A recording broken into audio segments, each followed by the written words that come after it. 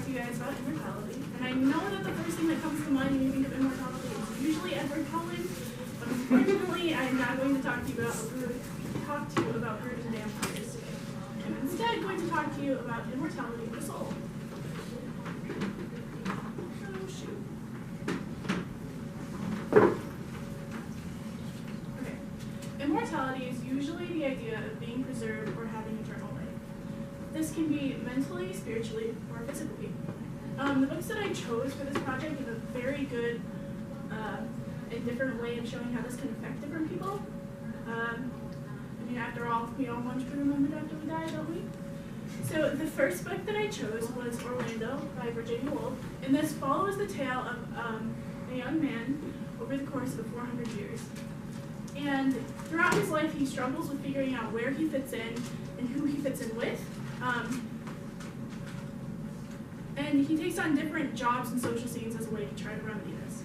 About halfway through his life, he falls in a trance for 7 days, and he wakes up and discovers that he's a girl. However, throughout this process, she still has trouble figuring out where she fits in and who she fits in with.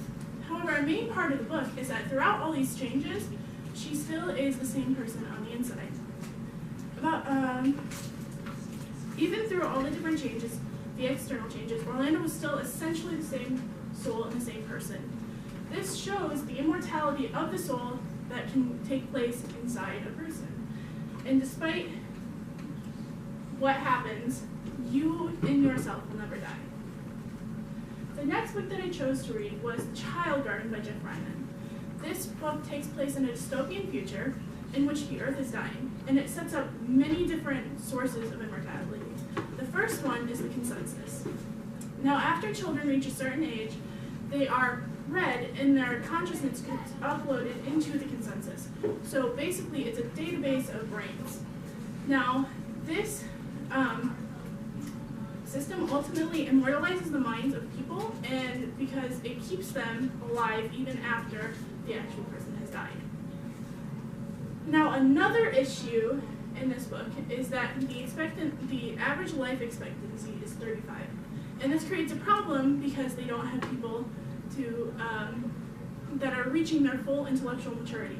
So in order to remedy this, children are given viruses, which is basically the internet, uploaded into their brains.